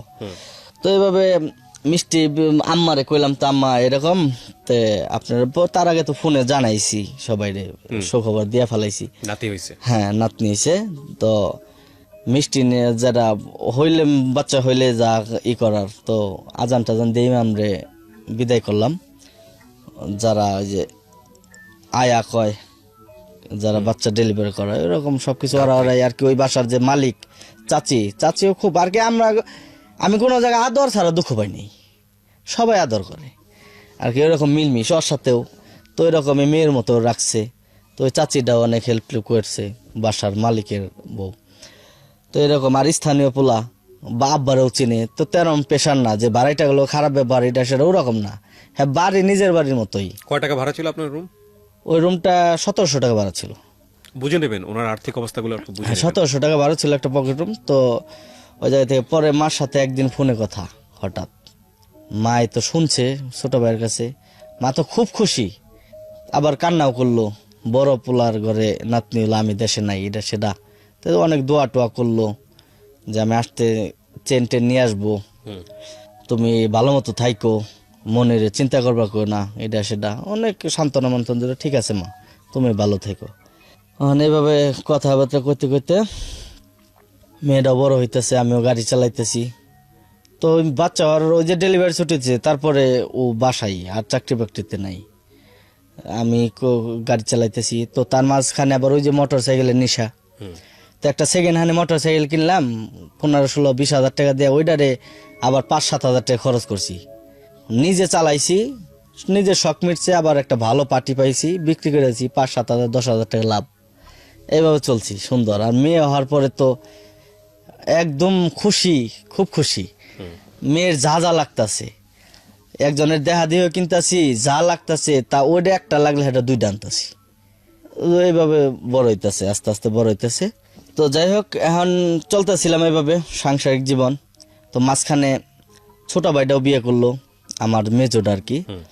বিয়ে করার পরে ওখানে আমি গেলাম ওই বিয়ে বাড়িতে, দাওয়াত করলো আমারে। তো আব্বাই দেখলো, তো তারপরে একদিন হঠাৎ করে আব্বাই ফোন দিল আমারে, আমি আব্বার লগে কথা কইলাম। পরে আবার একদিন বাড়িতেও আসলাম বাচ্চা নিয়ে, যখন ওর 1.5 বছর বয়স। মোটরসাইকেল সামনে বসিয়ে নিয়ে আইছি, আব্বাই কোলে নিল না, রাগ আমার উপরে খুব রাগ। আমি বাড়িতে গেলাম, ভাই 2টা ছোট, তো ও একা একা গেল গা বউ নিয়ে। তা আমি আর উদ্দেশ্য হলো গিয়ে, আমি দোকান চালাইতেছি, সবকিছু করতেছি, তো আমি তো আমার যে সাপোর্ট, আমার মা আমার পক্ষে কথা কয়, আমি তো তার সাথে কথা কইবেন না। তা আমার কিছু কইলাম শুনি শুধু, আমি বলতে পারি না কিছু। তো এরকম অবস্থাতে আমার চাচি নিয়ে দিল তার কোলে, যে মোরাদের মেয়ে দেখলো, দেখে নিয়ে কোলে নিল না, এই প্রসাব করে দেবো এরকম একটা করলো। কিন্তু তার আরো নাতির শখ বেশি। আমার বাড়িতে মেয়ে নাই, আমরা 3টা ভাই। তো এরকম পরে কয়দিন পরে দিয়ে গার্মেন্টস থেকে নিয়ে কইতে 5টা প্যান্ট বানিয়ে পাঠিয়ে দিছে। কুলে নেয় নাই, রাগ আমার উপরে, নাতিলে প্যান্ট পাঠিয়ে দিছে। তো পরে এইভাবে গেলাম। তো এইভাবে টুকিটাকি ভাবে চলতেছে আর কি। তো যাই হোক, হঠাৎ একদিন আব্বাই ফোন দিল, ওই যে ছোট ভাইয়ের বউ অসুস্থ। তো ওই মাসে, সামনের মাসে থেকে আমার আবার 2 মাস আমি চাকরি আর কি, আমার যে মহাজনের গাড়ি চালাইতাম প্রাইভেট, ওই ভাই আর মহাজন সম্পর্ক না, আমার খুব আদর করে, আমি ভাই ডাকি বা কাকা ডাকি, যাও গাড়ি চালাইতাম। তো ওই ভাইয়ের গাড়িটা বিক্রি করে দিল 1 মাস আজিরে। তো ওই টাইমে আব্বাই ফোন দিল যে আমি আবার বেকার থাকতে পারি না, কাজ ছাড়া আমার থাকতে সময় কাটে না একদম, যেটা আমার ঠিক আর কি। তা ওই জায়গায় থেকে বাসায় যেতেছি, হয়তো বাসায় যায় ই কর, তোর বউরে নিয়ে হসপিটালে যা। আমি ওই সিরিয়াস মনে হয় কিছু। তো পরে আমি ওই জায়গায় থেকে বাসায় যাইতেছি, আম্মায় ফোন দিল। আম্মা কই, আব্বাই তো আবার একটু রাগি। তা আম্মা ফোন দিল যে আমার মেম্বার জেঠা, তার ওয়াইফ জেঠি ফোন দিল, তুমি কই? আমি তো এই যে আব্বাই তো হসপিটাল যেতে গেলো, আমি তো এনে যেতেছি। কয় এখনো যাও নাই? আব্বাই দিয়ে পাশ থেকে কই যে এতক্ষণ লাগে। আমি তো গেছিলাম একটা কাজের খোঁজে, আমার তখন চাকরি নাই। তো ঠিক আছে আমি যাইতেছি। পরে বাসায় যেয়ে কইলাম যে আব্বাই তো ফোন দিছে, আল্লাহ হসপিটাল যাই, মনে কইলাম। কয় আমি তো এই যে মাত্র উঠলাম, গোসল টোসল, আমি তাহলে দেরি হয়ে যাবো, তাহলে আমার এমনি বকাবকি করতেছে, আমি যাই। পরে গোসল টোসল কইরা ওই তো বাইরে গেলাম। বাইক নিয়ে না, বাসে থাকার পরে আসলাম, ডাক্তার দেখে আসলাম আর কি, নবীনগর দিয়ে গেলাম, ধামরাইয়ের ভিতর দিয়ে বাড়িতে আসলাম। বাড়িতে আমি ঢুকি না, আমি তো যাই না বাড়িতে। তো আব্বার সাথে একটু আর কি হইতেছে। তো বাড়িতে না, বাজারে যাইয়া পরে নামে দিলাম, ছোট ভাইয়ের নামে দিলাম। তো আমি কইছি তো আমি বাসায় যামগা। তা আব্বাই ফোন দিল, কনে? আমি কই আমি যাইতেছি গা। তো যাইতেছি গা, জিরানি যামগা, বাসায় যাইতেছি। পরে কয় ভাত রাঁধছি, ভাত খেয়ে যাও। আমি কই না, আমি ভাত খাইছি, হোটেলে খাইছি, গুড়া সকাল থেকে না খাওয়া। পরে গুড়া মাছ, মলা মাছ দিয়ে ভাত খাইছি। তো ভাত খাইয়া বাসায় যামগা। ওই মুহূর্তে একটা ছোট ভাই, এলাকার ছোট ভাই ফোন দিছে যে ভাই আপনি না মোটরসাইকেল দেখছিলেন, তো মোটরসাইকেল একটা আছে, আপনি কি কিনবেন? আমি মোটরসাইকেল তো আজকে তো যাইতেছি গে। কয় তাহলে আমি মোটরসাইকেল নিয়ে আসতেছি, আপনি নিয়ে দেখে এনে মনে। তো আমি কই ঠিক আছে আহ। তো টিকিট ভাড়া দিয়েছিলাম, ও আমার অর্ধেক রাস্তা থেকে নিয়ে গেল। তো ওই পালসার মোটরসাইকেল দিয়ে গেলাম। আপনার যাওয়ার কথা ছিল কোথায়? আমার বাসায়। আচ্ছা, হ্যাঁ বাসায়, ওই যে ছোট ভাইয়ের নামে দিলাম, আমার বাড়িতেও গেলাম না, আমার বাসায় যাবো। হ্যাঁ। তো বাসায় থেকে অর্ধেক ওই যে জায়গায় থেকে গাড়িতে উঠছে, ওই জায়গায় থেকে ওই ছোট ভাইটা মানে নিয়ে গেল। নিয়ে যাওয়ার পরে নলাম করে একটা জায়গা আমাদের ওনে, মাঝখানে একটা নদী, এখন ব্রিজ হইতেছে, ওই নদীর এই পারে মোটরসাইকেল থেকে আমরা নৌকা দিয়ে ওই পার গেলাম। তো যাই ইয়ামাহা একটা গাড়ি RX, সুন্দর মুইসা টুইসা রাখে, পরিষ্কার রাখছে দেখে আমি কইছি না, ইনি তো আমার মতো যত্ন করে, গাড়িটা পছন্দ হলো। নদী পার করলাম, নদী পার হয়ে ওই পার যায় মোটরসাইকেলটা দেখলাম। পরে কইলো যে হ্যাঁ মোটরসাইকেল তো পছন্দ হয়, কাগজপাতি আছে ঢাকা মেট্রো। তো পরে কইছি তো ঠিক আছে। তো আমার কাছে তখন 12-13 হাজার টাকা আছে। 13 হাজার টাকা আছে, তে মোটামুটি কাগজপাতি যেহেতু আছে, তার মোটরসাইকেলের দাম উঠতে গেলে 20-25 হাজার টাকা হইব। তো বাজারে গেলে ভাব করে দেওয়া যাচ্ছে, আর যদি নাই দেয় বাকি কাগজপাতি পরে নেবো, গাড়ি নিয়ে গেলাম। এরকম একটা ব্যবস্থা করে আসতেছি, নদীটা পার হমো, ওই গাড়ি নিয়ে নদীর পাশে আসছি। তখন থেকে ওই যে যার গাড়ি, ওই পারে গাড়িটা টেস্ট করছি, আমি ট্রায়াল দিছি, যত রাপ চালানো যায়, যত যাই করা যায় কমপ্লিট। তো হ্যাঁ বাজারে এসে টাকা দিয়ে দেবো। নদী পার হমো, ওই গাড়ির যে মালিক উনি কইলতে আমি নৌকা ডাক দিই। তা আমি নৌকা ডাক দিতে দিতে একটা গাছের রুল, আমি আবার মোটরসাইকেল খুব ভালো চালাই পারতাম, মনে করেন অনেক কন্ট্রোলিং খুব ভালো। তো পরে গাছের গুড়িটা দিয়ে আমি এই পার আনছি, তো চাকায় কাদা বললো। তো নৌকাটা উঠাইলাম নৌকার উপরে। তো পরে নৌকার উপরে উঠাইলাম গাড়ি ধইরা, নৌকার উপরে যাতে ঢাল ঢোল না পরে আমি মোটরসাইকেল উপরে বসলাম, 2 মোটা পাও দেয়া। নৌকার মধ্যে থেকে আমার ব্রেনটা কেমন জানি কাজ করা বাদ দিয়ে দিল আর কি। ওই যে গাড়িটা যে আমি নৌকায় উঠাইলাম, এই পর্যন্ত আমার ক্লিয়ার কথা, আমি এটুকা পর্যন্ত সুস্থ আমি জানি না, তা এই খুব ভালো মতো। তো পরে নৌকায় উঠলাম, গাড়ি নিয়ে আসলাম, নৌকার মধ্যে বলে হেললাম তুললাম। আমার লগে যে 2জন আছে ওরা কইলো যে পরে একটা মেয়ে আসছিল পিছে মেয়ে চলে লাগলো, পরে ও বলে ধাক্কা দিচ্ছে, আমি এগুলো বলতে পারবো না, ওরা বললো আমারে। তো পরে নৌকার থেকে নামলাম, গাড়ি চাক্কার মধ্যে কাদা, পরে একটু ঢাল, আমি কই ইয়ার চেয়ে বড় বড় ডাল দিয়ে আমি উঠি সব সময়, কারণ আমার বাড়িতে থেকে মোটামুটি 1.5 তলার থেকে এরকম ডাল আমি প্রত্যেকদিন রাউন্ড করি, টুকের ডাল। তো পরে গাড়িতে তেল ছিল না, উঠাইতে টাইমে একটু পিছিয়ে গেল স্টার্টটা বন্ধ করে, পরে পোলাটার এনে আটটা ছিলে গেল। আমার কানে খালি আইলো যে ভাই আটটা কাটে গেল, 10,000 টাকা গেল, আমার খুব দুঃখ হয় না, আটটা কাটলো। তো উঠলাম, উপরে উঠা দিয়ে তেল নাই। পরে ওই যে মোটর সাইকেলটা নিয়ে গেছি আর কি ওই ডানতে, তো ওইটাই থেকে কইছি এক টাইগারের বোতলে একটু তেল বাইর করলাম। পরে একজন গ্যান্ডার নিয়ে যাইতেছে, আমি কই গ্যান্ডারে কি খাওয়ান যায় না?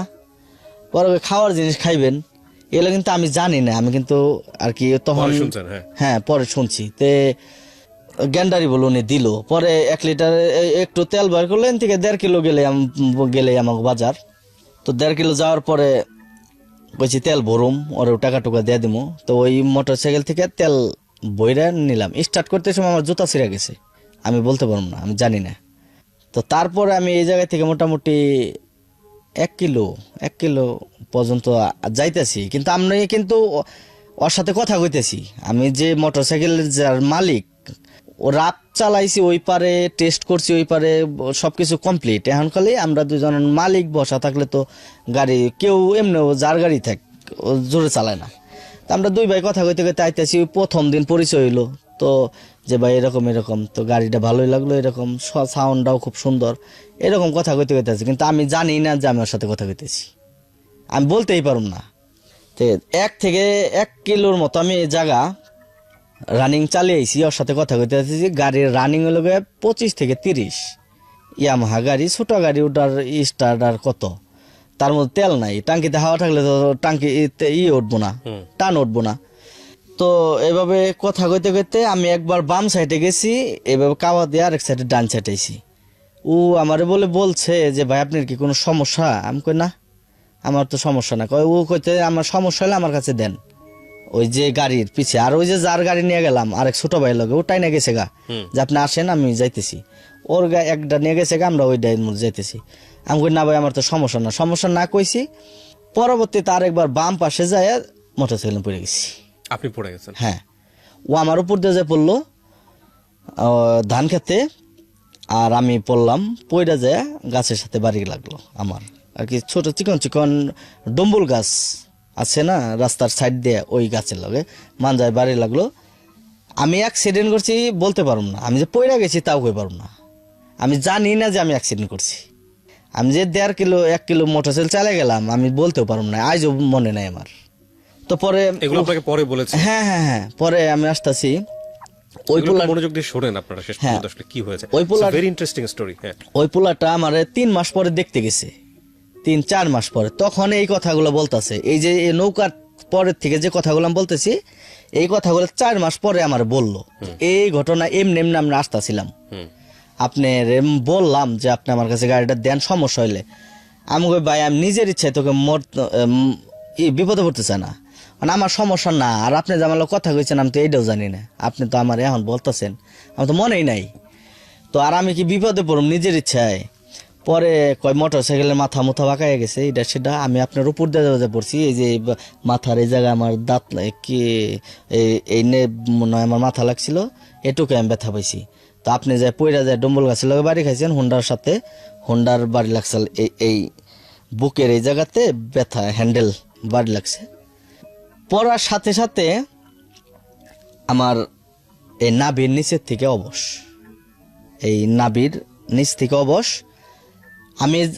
আমি সেন্সে আছি, কিন্তু আমি বুঝতেছি না যে আমি অ্যাক্সিডেন্ট করছি না আমি পড়ে গেছি না কিছু, আমার মধ্যে আমি নাই, আমি বলতেও পারব না। তো আমাকে ধরে হসপিটালে নিয়ে গেছে, তাও জানি না।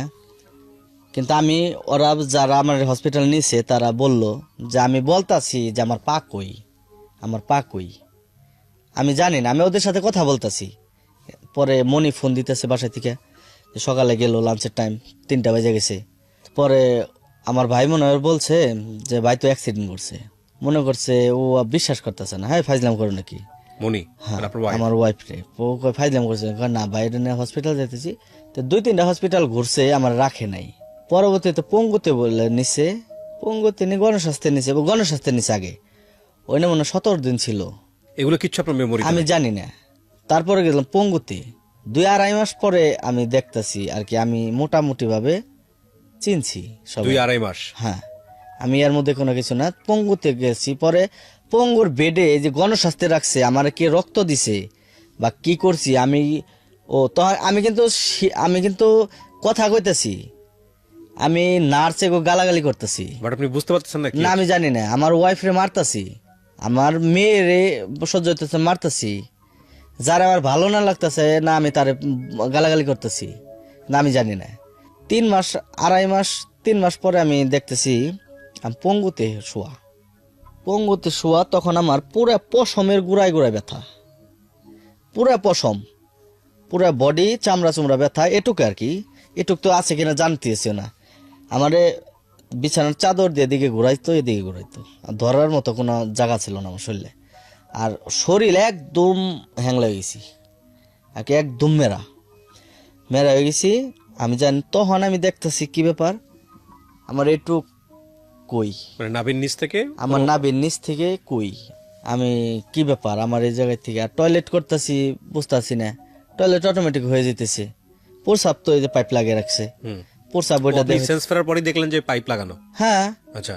আমি হাঁটা চলা করতে পারতে, এদিকে ঘুরলে আমার সাপোর্ট লাগতেছে, বা এদিকে ঘুরতে। আপনি স্ত্রীকে জিজ্ঞেস করলেন না তখন আপনি ওয়াইফকে? আমি কইতেছি আমি এই জায়গায় কেন, হ্যাঁ, কয় তুমি অ্যাক্সিডেন্ট করছো। আমি তো জানি না আমি অ্যাক্সিডেন্ট করছি, আমি বলতেই পারবো না আমি অ্যাক্সিডেন্ট করছি। আমি এখানে কে, আমি তো বাসায় যেতেছিলাম, মোটর সাইকেল কিনে নিয়ে আসলাম, আমি গ্যান্ডারি খাইলাম একজনের কাছে চাইয়া, হালকা হালকা মনে হইলো। তো আমি এই জায়গায় কেন, কয় পর আমার মামা তো বোন ভাই কইতেছে যে আমার শরীরে তোমার রক্ত, আমাকে 2জনের রক্ত বি পজিটিভ, তোমার রক্ত দিন জান, আমাকে কিচ্ছু কম না। কয় তুমি আমার বকলা, আরেকজনের মারলা, আরেকজনের ইটা করতেছ। আমি তো কই পারবো না ভাই, গুলো আমি জানি না। 2.5-3 মাস পর্যন্ত কি জানা গেছে যে কি হয়েছে আপনার? হ্যাঁ, ওনারা কি পরে বলছে? পরবর্তীতে বলতেছি, আসতেছি আমি। তো পরে পঙ্গুতে যখন দেখতেছি এটা, তো পঙ্গুতে কোনো চিকিৎসা পাইনি আমি তেমন ভাবে। ওরা মনে করছে আমার শরীরে যেহেতু হাত দেওয়া যায় না, মনে করছিল রগটা ছিঁড়ে গেছে, তো রগটা ছিঁড়ে নাই। আর এই যে যে জায়গাটা ভারী লাগছিল, এই জায়গাটা ওরা অপারেশন করে নাই। ওরা করতো তার কোরবানি ঈদের আগে ছিল তো, 7-8 দিন আগে, আর কোরবানি ঈদের 25-26 দিন, হ্যাঁ কোরবানি ঈদের 25-26 দিন আগে আর কি এরকম ঘটনা হয়েছে। তো ওটা কোরবানির আগে ছিল বিদায়, ওরাও কেমন জানি সরকারি হসপিটাল, তদারকি ছাড়া আর কি, অতটা কেয়ার ছিল না, রিকভারি ছাড়া, রেফারেন্স ছাড়া তো কাজ করে না, কেয়ার করে না। তো আর গ্রাম অঞ্চলের মানুষ হসপিটালে বা থানা পুলিশের জায়গায় একটু কমই যায়, যত পারে না যায়, বিপদে না পড়লে। তো আমার ঢাকার ভিতরে যায় আমার এনে দৌড়াদৌড়ি করার মতো মানুষ এমনও নাই। আমার এক চাস্তো ভাই আছে, জ্যাঠাতো ভাই তানভীর, ঢাকা শহরেই হাজারীবাগের বাড়ি। তো ওই দৌড়াদৌড়ি করতেছে, হসপিটালে ডাক্তারের সাথে কথা কইতেছে, আমার জ্যাঠা দৌড়াদৌড়ি করতেছে, আর আমার ভাইয়ের আসতেছে, তারাও কথা কইতেছে। ডাক্তারের অনুযায়ী এমআরআই করছে, লোকাল এমআরআই, ওইটার মধ্যে এই যে রক্তটা চাপ খেয়ে রয়েছে, কি ছিঁড়া গেছে, ওটা অর্ধেক এমআরআই করছে। এনে আমি একটু জায়গাটা বুঝাই, এটা কি আপনারা একদম হিপের শেষের দিয়ে মাঝখানের জায়গাটা বলতেছেন আপনি? হ্যাঁ হ্যাঁ, মানে মেরুদণ্ডের একেবারে শেষ প্রান্ত? মেরুদণ্ডের শেষ রাস্তায়, টয়লেটের রাস্তার একটু পরে, মানে একদম হিপের, আমি যদি আপনাদেরকে বলি মেরুদণ্ডের একেবারে শেষ, আর হচ্ছে অ্যানাল সাইটের একটু উপরে, তার মানে মেরুদণ্ড থেকে 3টা কোটি উপরে। ওইখানে কি থেতলে যায় ধাক্কাটা লেগে নাকি? হ্যাঁ, মেরুদণ্ডের হাড্ডিটার নইরা গেছে 2টা, একটা নইরা যায় ওই যে স্পাইনাল কর্ড আর কি, আমরা যে অনুভূতি স্পাইনাল কর্ড খুবই হ্যাঁ, খুবই সেনসিটিভ, অনুভূতির যে রগটা, ওই স্পাইনাল কর্ডের আর মেরুদণ্ডের হাড়ের চাপ খায়, আর রগগুলা তো সুতার মতো বলে, যে কারণে আপনার নিচে হ্যাঁ হ্যাঁ অবশ। কিন্তু পারি আমার ভিতরে এই যে আমি বসতাতে আমার অসহ্য যন্ত্রণা হইতেছে, আমার জীবনের বাঁচানোর লেগে আমি বসে রয়েছি। আমার এখানে মনে করেন যে এই যে এগুলা আমার মনে হইতেছে আগুনের কয়লা, গরম দিলে যেরকমই হয়, আমার মাজার নিচ থেকে পায়ের তলা পর্যন্ত গরম আগুনের মতো। অথচ আপনার এটাগুলো কেটে ফেললো আমি টের পাব না, কিন্তু আমি নিজে নিজে অনুভব করতেছি আমার ব্যথা আমি সহ্য করতেছি। কিন্তু কি জিনিস এটা? এক্সপ্লেন করা যাবে না। হ্যাঁ, হ্যাঁ, আপনি আপনি ধরলে আপনি যে বলবেন যে এই যে বাড়ি মারতাছি, আপনি যে বুঝতেছেন, আমি দেখতাছি কিন্তু বুঝতাছি না, কিন্তু ভিতরে ক্যালসিয়ামে কি হইতাছে, মাংসের মধ্যে কি হইতাছে, ওইটা আমি নিজে নিজে অনুভব করা পারতাছি। আচ্ছা, তারপর তো পরে ওই রক্তটা চাপ খেয়ে রয়েছে। তো আমি ওই পঙ্গুতে শুধু কি করতো, সকাল 10টা বাজায় একটা ইঞ্জেকশন দিত, ব্যথার ইঞ্জেকশন, ওই যে পশমের গোড়ায় গোড়ায় ব্যথা। দুপুরে খাওয়ান দিত, কোনো ওষুধ না, আর ব্যথা টেথার ওষুধ মনে হয় যে আমাকে বাহির থেকে কিনাইছে, এডি খাইতাম। রাত 10টা বাজে ওষুধ দিত। ইঞ্জেকশন দিতেছে সরকারি ডাক্তাররা, ও ব্যথার ইঞ্জেকশন ওইন্দা যাইতাছে না, ব্যথায় আমার এদিকে নীল কামড়ে নিতেছে। ওগো বলতাছে যে কেন ওটা বেকা হয়ে গেছে, আপনারা লাগাই দেন, কোনো গুরুত্ব নাই। পর আমি লাগাইতেছি না, বকাবাজি করতেছি, আর 2 দিন পর পর মানুষ মরতেছে, ঘন্টা খানিক পর পর মরতেছে। বেড কান্দাকাটি এখন দেখে তো ভয় পেয়ে গেলাম। এরকম হন আমি কইতেছি যে এই জায়গায় আপনারা চিকিৎসা নাই, কিছু নাই, তা আমি এই জায়গায় এইভাবে সরেছি গা। আর পরে আমার ডাক্তার কাকার, আমার এক জ্যাঠা MBBS ডাক্তার ওই রকম ভাবে, তো এখন উনি তাবলিগ জামাতে থাকে, হাজারীবাগের দোকান, আলোচনা করলো যে ভাইস্তার এই অবস্থা কেমনে কি। পরে কইতেছে যে আপনার ভাইস্তা আমাদেরও তো সম্পর্কের ভাইস্তা, তাহলে তা আপনি ই করেন। ওই একটা রেফারেন্স পেলাম। তো রেফারেন্স জ্যাঠা যখন কথা বললো, আগে পরে সবাই কথা কইছে ওগুলো আমি জানি না আর কি, আমি সেন্সে আসার পরে যেটুকু শুনতাছি। তো আমার জ্যাঠা বড় ভাই আর কি, আমার জ্যাঠা তো ভাই এমারত ভাই, আমাগো বাড়ির মধ্যে তো আমি বড়। তো এমারত ভাইও কথা বলছে ডাক্তারের সাথে, তো ডাক্তাররা যারা যা বলছে তারা তাই শুনছে। আর ওরা বললো রক্তটা ছিঁড়ে গেছে। ফিল্ডে আসে ডাক্তারগুলা এসে কয় এটা হক সাহেবের ভাস্তি জানা, কয় হ্যাঁ।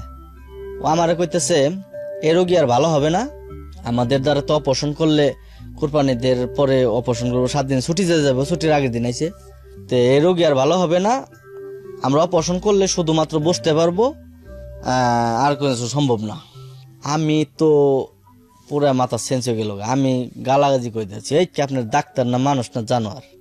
আমি আমার গার্জেন আছে, আমার রুগী আছে, আপনি আমার গার্জেনরা যা বলেন যে রুগী বাঁচবো না, আধা ঘন্টা পর মারা যাব, আপনি আমারে কইতেছেন কি লেগে? আমার তো মাথা খারাপ হয়ে গেছে। আমি যখন কিনা সেন্সে এসে দেখলাম আমার অর্ধেক নাই, অবশ আমি তো তখন থেকে পাগল, বুঝতেছি না, মনে আইতেছে আবার ভুলে যাইতেছি। আর আপনি আমার ডাইরেক্ট বলতেছেন, আপনি আমার রুগীর আমার গার্জেনরা বলেন যে এই রুগী আধা ঘন্টা বাঁচবো, মরে গেছে, আপনারা নিয়ে যান গা। আপনি আমারে কিভাবে বলেন? আমি তো এই অবস্থা। তো যাই হোক এইভাবে, আর তার সামনে তো এইভাবে করলাম, তো তারা গেল গা।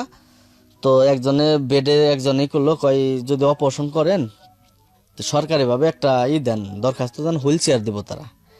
তারা আবার সরকারি হসপিটালে আমাদের জানা মতে তেলে চিকিৎসা হ্যান ডাক্তার কাকার ওই যে, তারপর এই কথা বলার পর ডাক্তার কাকা যখন সোহেল স্যারের সাথে কথা বলতেছে, সোহেল স্যার বললো যে ওর যে জায়গাটা চাপ খায়া বাঁকা হয়েছে, তার মানে মেরুদণ্ড 2 মুড়া, ডাক্তারের ভাষায় কি জানি বলে, নরম হয়ে গেছে। ও যদি বেড রেস্টটা থাকে 3 মাস, তাহলে ওই জায়গাগুলো শক্ত হইলে অটোমেটিক বয়ে পারবো। তাইলে আপনার এই জিনিসটা আর কাটাছিড়া করতে হইতেছে না। আর এখন যে সিস্টেম আছে, ও হঠাৎ একদিন ভালো হয়ে যাব। আর কাটা ছড়া থাকলে ওই সম্ভাবনা ছিল না আর কি, হয়তো ওটা ভুলভাল আর কি সান্ত্বনা দেয়। তো ডাক্তার কাকে কইতেছে, আব্বারে মনে করলো যে ওরে নিয়ে বাড়িতে জায়গা ও 3 মাস থাকলে মনে কর যে এমনিতেই বসতে পারবো, কাটা লাগবো না। তাইলে দেখবি আল্লাহ যদি রহম করে, আল্লাহর উপরে জব্বার কর, নামাজ রোজা পড়ে তোরা সবাই দোয়াটাও করগা, ওই যে চাপটা খাইয়ে রয়েছে, চাপটা ছুইটা গেলে আস্তে আস্তে ভালো হয়ে যাবো। এরকম কিছু আর কি বুঝিয়ে দিল, ওগুলো আমি জানি না, শোনা কথা। তো এখনো এরকম। তো এই অবস্থায় বাসায় এসে বললাম, তো আমি তো ওইরকম ভাবে বুঝতেছি না, প্রস্রাব পায়খানা সব কিছুই বিছানায়, তো এগুলা তো ওই অবস্থায় তো আমার আম্মা দেশে নেই, আমার ওয়াইফ সব কিছু করতেছে, প্রস্রাব করানো, গোসল করানো, যাবতীয় যা আছে নোংরা পরিষ্কার করা সব বিছানায় করতেছে। আর এই পর্যন্ত তো হসপিটালে যে দিন থাইকাইলাম 3-4 মাস, মেয়ে ও তো সবসময় আমার সাথেই, ওয়াইফ হসপিটালে টয়লেট প্রস্রাব যা কিছু পরিষ্কার করা ওই করতেছে, এই ওয়াইফ। হ্যাঁ ওয়াইফ। তো পরবর্তীতে মায়ের আর এত সহজে বলতাছে না যে আমার যে অ্যাক্সিডেন্ট করছি, কারণ মা পাগল হয়ে আয়ে পড়বো বা এরকম। তারপরেও ফোন দিছে, ফোন দেওয়ার পরে কিভাবে জানি জানাইছে, বা মামাই জানাইছে, কেউ কইতাছে না, বাড়িতে থেকে কইতাছে না। তো জানানোর পরে এমনভাবে কাগজপাতির সমস্যার কারণে আসতে পারতেছে না। তো এইভাবে করতে করতে আমি এই অবস্থায় মনে করেন যে বাড়িতে রইলাম, বাড়িতে এইভাবেই ওষুধ খাইতেছি, ট্রিটমেন্ট চলতেছে। এখন ওই জায়গা থেকে যখন কিনা পঙ্গতি থেকে আইসা পড়মু, গেলাম হলো গিয়া সিআরপি হসপিটালে সাভারে। সিআরপিতে গেলাম, মানে বেড পাইলাম না, তার মধ্যে আবার একটা এক্সরে করলো, এক্সরে রিপোর্ট সব আছে আমার কাছে। তো এক্সরে করলো, এক্সরে করার পরে ওখানে বলতেছে যে 90 দিন পর পর 1.5 লাখ করে টাকা লাগবো। কত দিন করে থাকতে হবে এটা শিওর না, কিন্তু রোগীর সাথে কোনো লোক থাকতে পারবে না। তো এইভাবে বলতেছে রোগীর সাথে যদি কোনো লোক সেবা করে নাই থাকতে পারে, আর প্রস্রাব পায়খানা সব কিছু বিছানায় করে, অন্য মানুষে কিভাবে কি করবো না হইব যত্ন ওইভাবে একটাই করে করতে, তো আর ভালো হইব কি না এটাও করতেছে না ওই মুহূর্তে। তো পরে আনলো না। পরে আমার এক চাস্তো ভাই, ওর আম্মুর এরকম একটা সমস্যা হয়েছিল। তো ওই আমাদের এক এলাকায় আছে কালামপুর ধামরাই থানায়, ওই এলাকায় কবিরাজ হাড় ভাঙ্গার আর কি। তো কইতেছে যে ওর যদি মেরুদণ্ড ভাঙ্গা থাকে তো ভালো একজন কবিরাজ আছে সেই জায়গায়। এখন আমি 3 মাস বিছানায় স্টিল এইভাবে শোয়া সোজা বুঝতে পারি না। আর তখন আমার এই 3 মাস আগে কি হয়ে গেছে আমি এগুলো জানিও না, এখন আমার মাথায় ওরকম মনে আসে না। খুব যদি কিনা মনে করার ইচ্ছা করি ওই যে অ্যাক্সিডেন্টের আগের কথাগুলা ওগুলো একটু একটু মনে হয়, কিন্তু ওই যে অ্যাক্সিডেন্টের পরে ওইটুকু জিনিসগুলো কোন হসপিটালে রইলাম, কে কে রাখতে চাইলো, কি কি বলছি, কারে বকাবাজি করছি, এগুলো আমার মনে নাই। তো এই যে বউ সবার সঙ্গে আছে এই সাথে সবসময় যে জায়গায় আছি, কবিরাজ বাড়ি গেলাম। যাওয়ার পরে ও আমার ঘাড়ে স্টে দিয়ে নিয়ে গেল, গাড়ে ধরে বসাইছে। বসানোর পরে দেখলো এক্সরে কাগজটা, দেখলো এক্সরে কাগজটা দেখে হ্যাঁ কি না কি কইলো 3-4টা হাড় ভাঙছে, এটা সেটা ঠিক হয়ে যাবো। হাড় ভাঙার চিকিৎসা আমার নিজের চোখেও দেখা উনি ভালো করছে।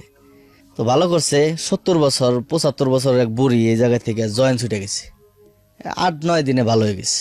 আমার তো হাড় ভাঙে না, আমার তো সমস্যা রগে। এখন ওনার তো ট্রিটমেন্ট ভুল, কিন্তু ওই যে অ্যাক্সিডেন্ট যখন করলাম তখন যে পয়রা যে গাছের সাথে বাড়ি খেলাম, এই জায়গাটা এতটুক জায়গা আর কি রক্ত জমাট বেঁধে গেছে, নীলা পড়ে গেছে। এই যে কিছু কিছু ব্রয়লার মুরগি দেখবেন চাপ বেশি খেলে নীল হয়ে যায়, এরকম রক্তটা জমাট বেঁধে গেল। সেট ভাড়া রুম ভাড়া নিলাম 1700 টাকা দেয়া। যে আমার শরীরের ব্যথাটাতে গেছে, কিন্তু আমি যে কারণে আইছি ওইটা তো হইতেছে না, আমার তো মাথায় বল পাইতেছি না। পরে কথা এটা দেরি হইব, এটা সেটা আমাকে যদি দেরি হয় তাহলে আমি এই জায়গায় পড়ে থাকুম, যদি ভালোই না হয়। তা আমি যদি এইভাবেই থাকি তা আমার বাড়িতে যাই শুয়ে থাকুম, এই জায়গায় তো শুয়ে থাকে লাভ নাই। আমি ফ্লোরে শুইতেছি, আমার মেয়ে এইভাবে শোয়া, বউ এইভাবে শোয়া, তার আমি বাড়িতে যাই গে। বাড়িতে এলো কিন্তু ওই যে গাছন ওষুধ লাগাইলো, এই যে জায়গাটা বাড়ি লাগছিল ভিতর থেকে জায়গাটা গেছে পয়চা গেছে গা, উপরে স্কিন ঠিক আছে।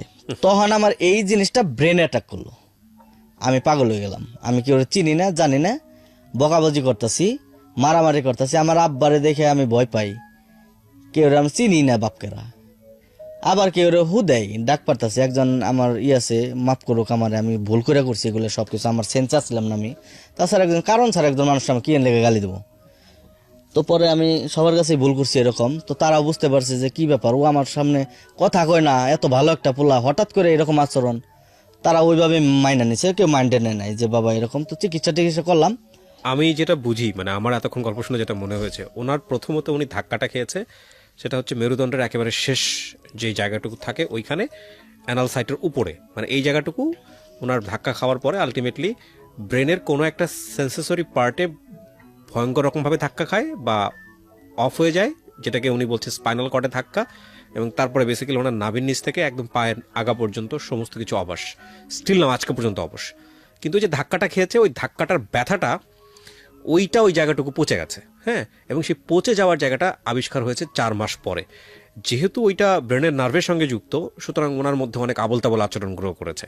কিন্তু এই প্রসেসে যেতে উনি ডাক্তার থেকে শুরু করে কবিরাজ থেকে শুরু করে আবার ডাক্তার, আর এই 4.5 বছর তো এটা একটা উপাখ্যান, হ্যাঁ।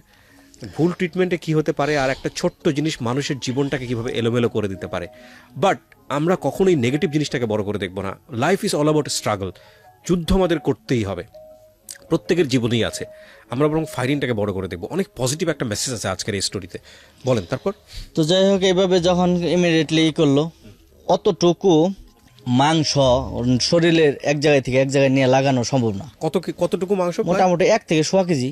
1.5 কেজি মাংস ওখান থেকে? হ্যাঁ, এই যে আমি যতটুকু মোটা থেকে মেরুদণ্ডের হাড় পর্যন্ত যতটুক গর্ত, হাড় এইভাবে যে ড্রেসিং করে হাড়ের মধ্যে করকর করে আমি বুঝি, হাড় পর্যন্ত মাংস ওইটা ফালাইছে যেটুক পড়ছে। তো পরে এতটুকু মাংস অন্য জায়গায় থেকে লাগানো সম্ভব না, তো এটার কোনো ট্রিটমেন্টও ওই নাই।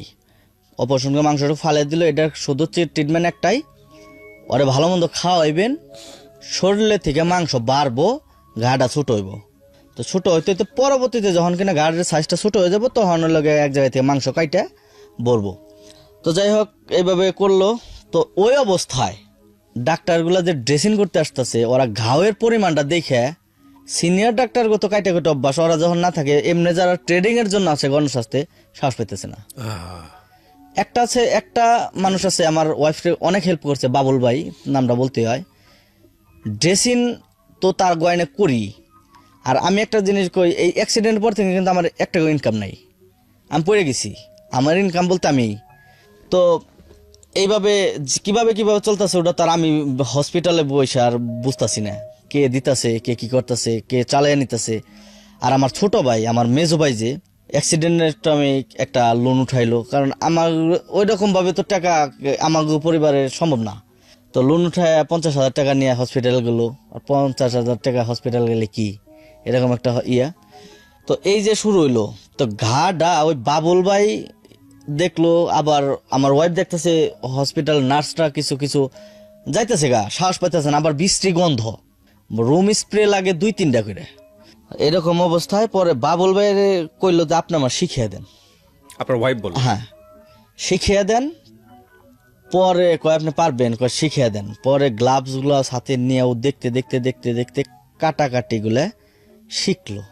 শিখার পরে ডাক্তার সময় মতো আসতেছে না, পাইতেছে না, ড্রেসিং ওই করে। আপনার কেমন লাগে যখন ড্রেসিং? আমি বুঝি না তো। ও, আপনার তো ওই আমার বোধ নাই, কিন্তু কেসি দেয়া খোঁচা লাগলে পা ফাল দেয়া দাঁড়িয়ে যায়। ও পা অটো দাঁড়ায় যায়? হ্যাঁ, অটো দাঁড়িয়ে যায়। এই যে আমি যখন শ্বশুরি দিমু, এই যে শ্বশুরি দিলে ওই যে দেখেন আঙ্গুর কেমন করে, এগুলাই করে। এই যে অনুভূতি, এই যে দেখেন, এই যে পাও নড়তেছে, আমি কিন্তু না, এটা আউট অফ কন্ট্রোল, আমার কন্ট্রোল নাই। পাও তো বাঁকার মতো হয়ে গেছে। হ্যাঁ, এই যে বাঁকার মতো হয়ে গেছে।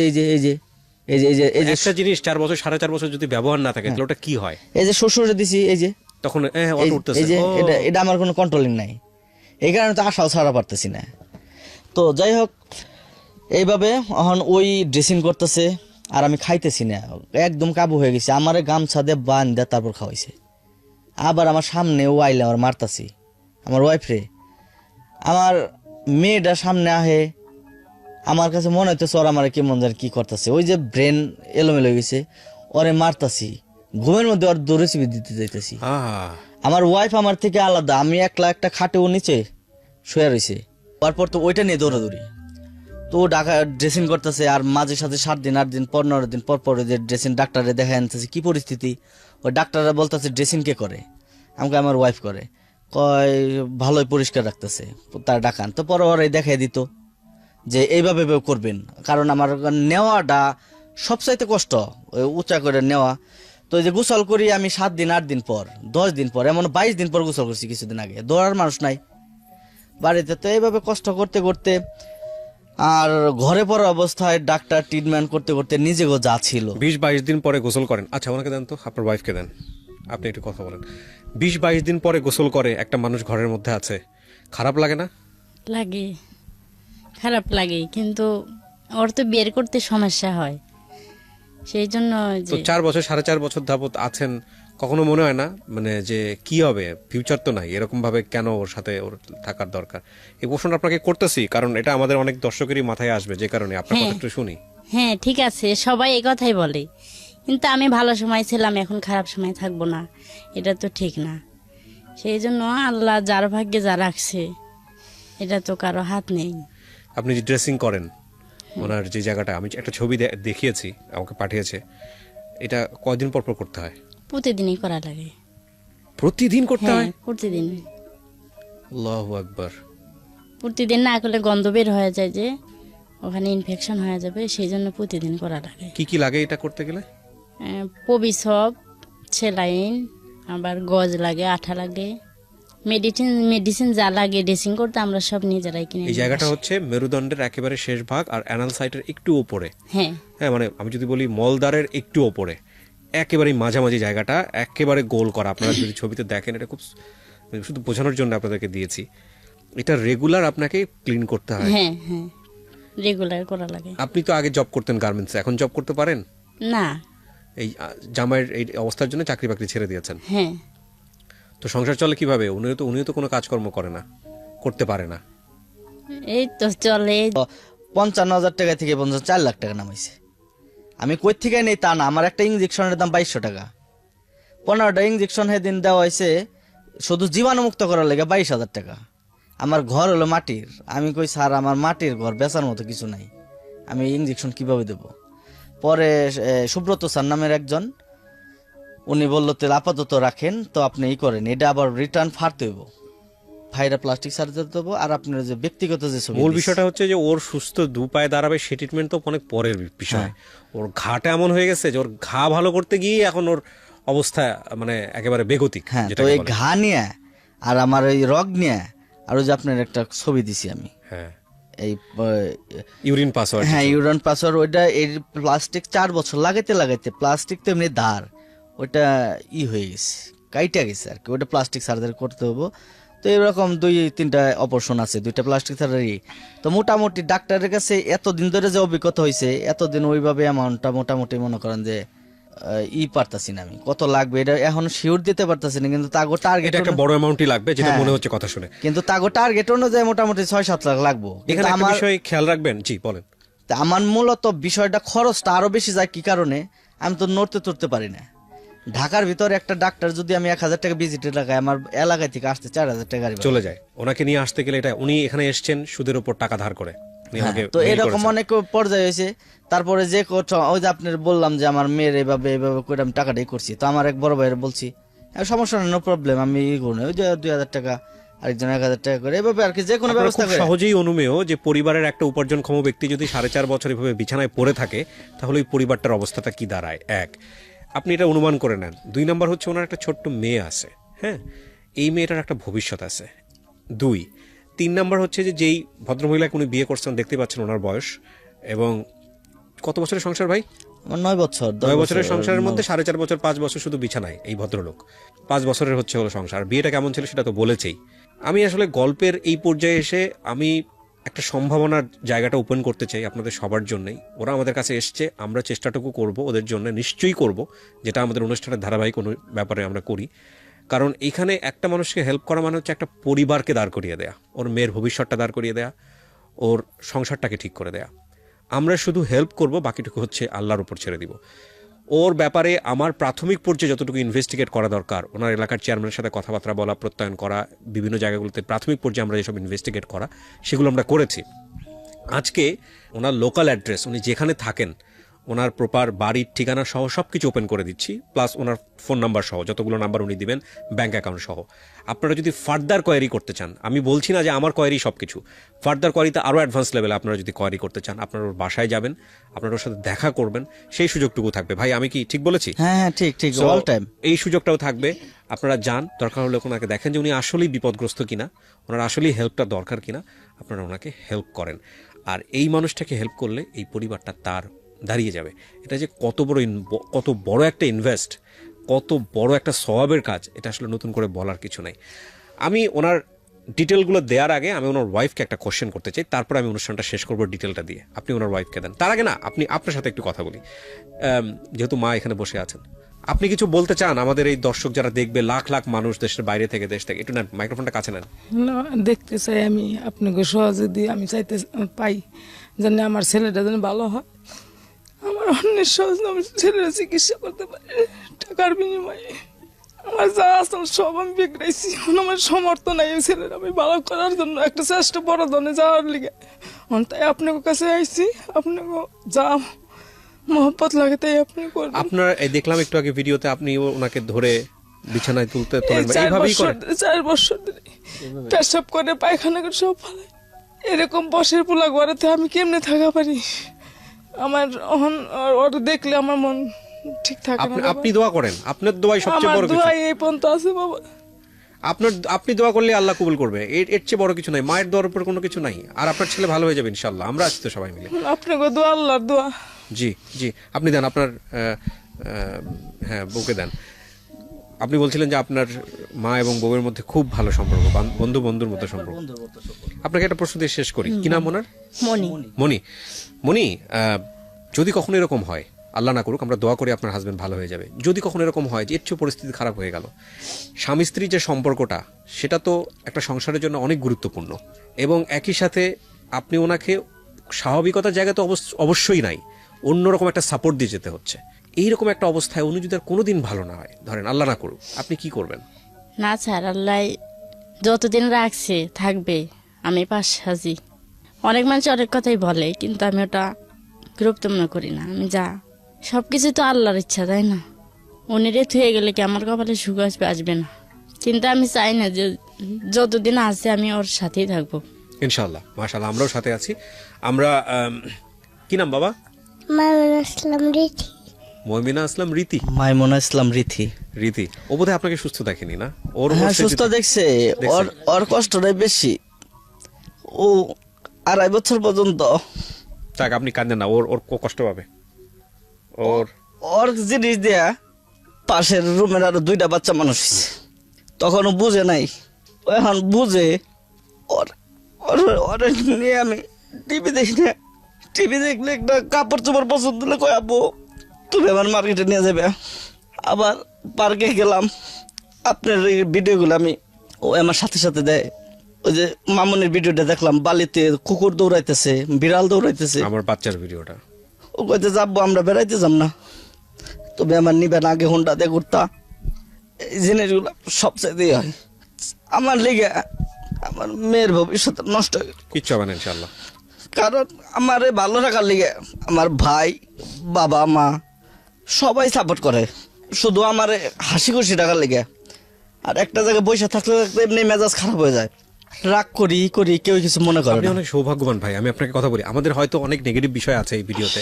সৌভাগ্যবান কারণ আপনি এত বড় একটা পরিবারে জন্মগ্রহণ করছেন, সবাই আপনার পাশে আছে। আপনার ভাইরা কিন্তু আমরা ভিডিওতে আনেনি, ওনারা কিন্তু নিয়ে এসছে আপনাকে। আমার ভাইগুলো আর ওই যে পাশের যে ছেলেটা, ছেলে মেয়েগুলা, আপনার মা কিন্তু এবং আপনার আমি ওর কথা না বললে নয়, এভাবে বললে পরে আরো অনেকের কথা বলা যায়। আমার এই রাস্তার মধ্যে এই মনে করেন এই সাহায্য সহযোগিতার থেকে অনেক মানুষই আর কি, আমার যে পরিবার ওগো কলেজের পকেট মানি আর কত, ওই জায়গায় থেকে ওই যে আমার ড্রেসিং প্রত্যেক দিন লাগে 3 থেকে 400 টাকা খরচ, এখন তো ওই করে থেকে ডাক্তার খরচটা লাগে। ইনশাআল্লাহ আপনার ব্যবস্থা হয়ে যাবে। তারপরে এই যে আপনি একটু প্রসাবের পাইপগুলো পাল্টার লাগে, এখন যদি আমার প্রসাব আটকা যায় কোনো কিছু করার নাই, তো সব জিনিস নিয়ে আইছি, এখন যদি হয় তাহলে করে দেবো। বাড়ির ঠিকানা হলো, যেখানে গেলে আপনার সঙ্গে দেখা করতে হ্যাঁ, এটা হলো আশুলিয়া থানা, শিমুলিয়া ইউনিয়ন, 3 নং ওয়ার্ড, কান্ঠাপাড়া। কান্ঠাপাড়া। হ্যাঁ, কান্ঠাপাড়া। আপনার নাম ওখানে? আমার নাম মুরাদ হোসেন বললে হবে, আলী হোসেন মেম্বারের বাড়ি বললে হবে, আব্বারও সবাই চেনা, লোকমান হোসেন লাবু মেম্বার বললেও হবে। গিয়ে দেখেন, ভেরিফাই করেন, আসেন আমরা এই পরিবারটাকে দাঁড় করাই দিই। এবং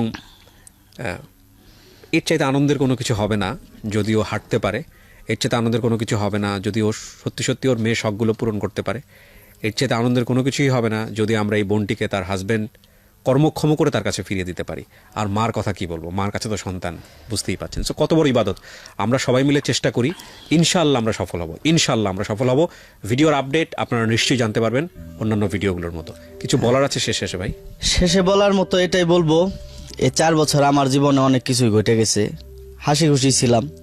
তো এই 4 বছরে অনেক মানুষের সাথে বা আগে পরে আমার পরিচিত সবাই ভিডিও দেখবে, সবার কাছে ভুল আমি যতটুকু করছি, আমার ভুল থাকলে চলার পথে ভুল হতেই পারে, আমি সবার কাছে মাপ চাইতেছি। আমার মেয়ের জন্য দোয়া করবেন, আর আপনারা যে যতটুকু পারেন আমাকে হেল্প করবেন, যাতে আমি সুস্থ হয়ে আমার মেয়েটার মানুষের মতো মানুষ হতে পারি।